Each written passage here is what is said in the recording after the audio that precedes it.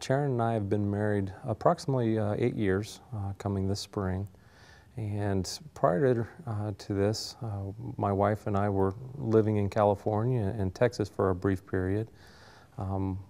As employment, I was working as a regional sales manager, an employee benefits consultant, working with insurance agents and small business owners in finding out their benefits package and seeing what we can do to service them and find ways to facilitate their programs, which one, they could afford, and two, would be beneficial to their employees.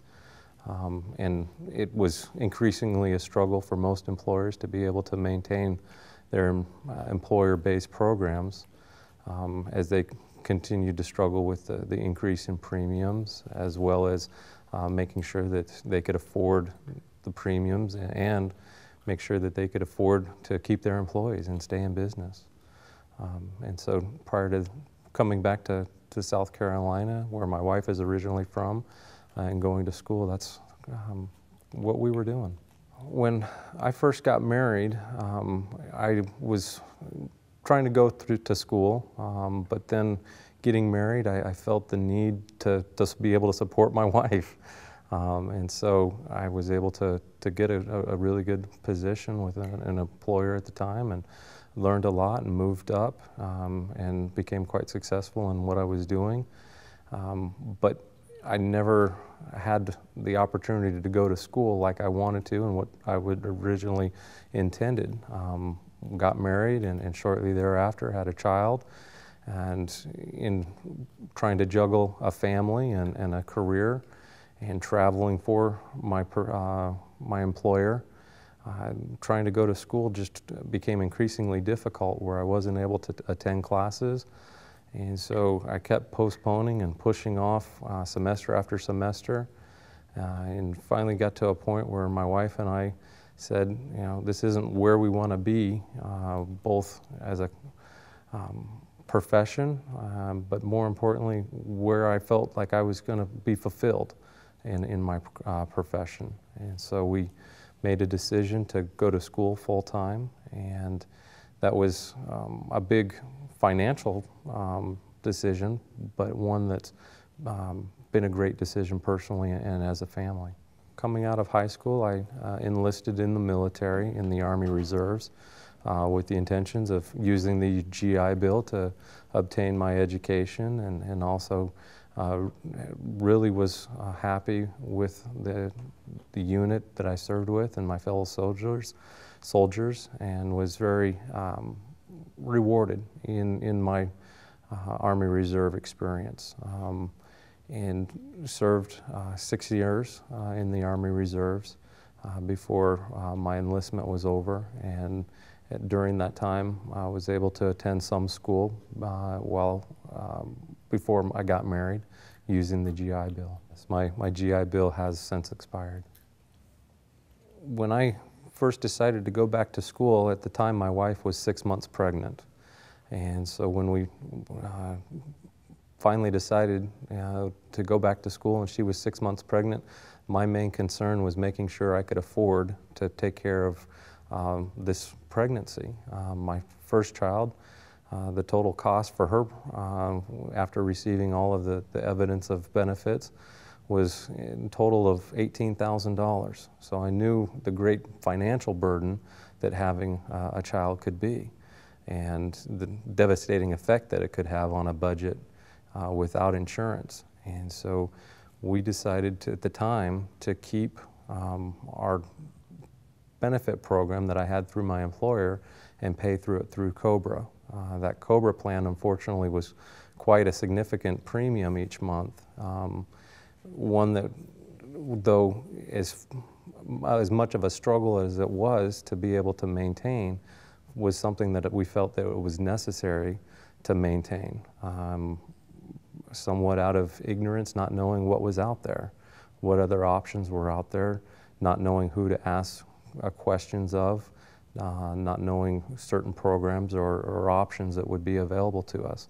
All we knew at the time was this is what we needed to do in order to make sure that we could afford this child as much as financially inconvenient as it might have been at the time. Well, after our second child was born and everything was healthy and fine, and we continued to pay our COBRA plan, but it got to the point where after 6 months on COBRA, I realized that I was paying as much for, actually more for my COBRA plan than I was for tuition for school that semester. And we were paying for our COBRA plan out of student loans, and so having to pay $1,000 or more a month for our COBRA plan compared to the amount of tuition I was paying, especially out of student loans, it just seemed financially overwhelming at the time. And so we started looking at other options. We had a family member that had told us what they did while he was going to school. And then we started looking at other options, and Medicaid became really the option that made sense. If we were to look at continuing our COBRA plan or look at a private insurance plan, should we have qualified, that would have still been a significant amount of income that we would have had to find, which would have been through our student loans to take care of that, either COBRA or for this individual family plan that we would have had to take care of. And neither one would have made sense financially. And so the more that we looked at Medicaid, we decided that that was the best option for us. We were very hesitant at first and very reluctant to even consider it, even when we first moved to South Carolina. It just didn't seem like that was what we wanted to do. There was very much a stigma attached to Medicaid. Well, if I worked part-time to be able to pay for an individual plan, I wouldn't be able to work enough hours. I wouldn't be able to make enough to pay for that individual family plan or some sort of other medical insurance plan.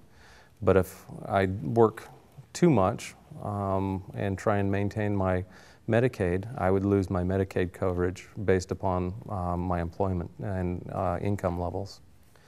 Well, I remember the first time that I would have pulled out the insurance card for Medicaid and given it to a doctor, and somewhat hesitant to do so, thinking, you know, what are they going to think of us? But that never was an issue. The doctors took it, the front desk people took it without even thinking about it. They took the card, and we were able to see the doctor, and my daughters have been able to receive the health care that they've needed, the well checkups, the immunizations, and they've been healthy because of it. Without it, we would have had to really been in a serious financial burden, or we would have been uninsured, and in either option was not one that we were wanting to go through.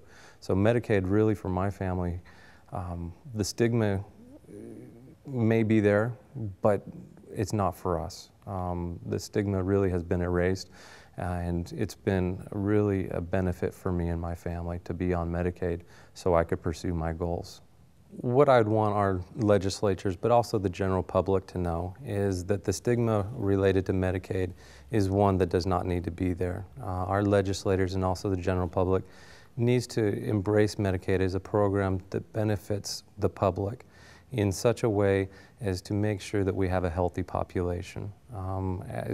We struggle in South Carolina with our overall health. Many of those items can be erased if individuals who are eligible to enroll in Medicaid do so, and they can receive the medical care that they need, and they would be able to, one, see benefits both within their schools, as the schools are able to improve through the children being able to start that little bit over. What I would want to make sure is that with the benefits of Medicaid, the children that are on Medicaid, they'd be able to receive the care that they need in order to see the doctors and get the well checkups that they need, and also just to be able, if they're sick, to see the doctors. That way they can be able to focus on their studies in school and not have to worry about those issues. Our families, the parents of the Medicaid, will be able to also be able to relax when it comes to the care of their children and also their own health as well, and be able to be productive members of the society.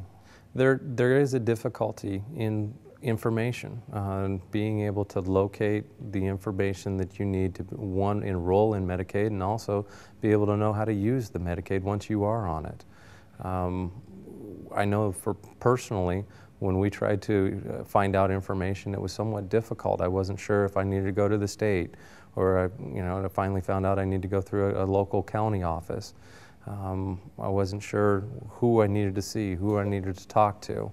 And just the enrollment process can be difficult, and especially for individuals who don't have the access to information such as the internet, or they might have language barriers that would prohibit them from understanding the enrollment process as well. One of the stigmas of Medicaid, and one that I even held, is that Medicaid is typically for poor individuals, often minorities, individuals who have a lack of information and are not often productive members of society. And for me, in overcoming that, I've realized that it's not just for individuals who are struggling, that it can be for individuals who are looking to overcome and be able to meet their goals. And that's what Medicaid's been for me. It's been an opportunity to obtain my goals.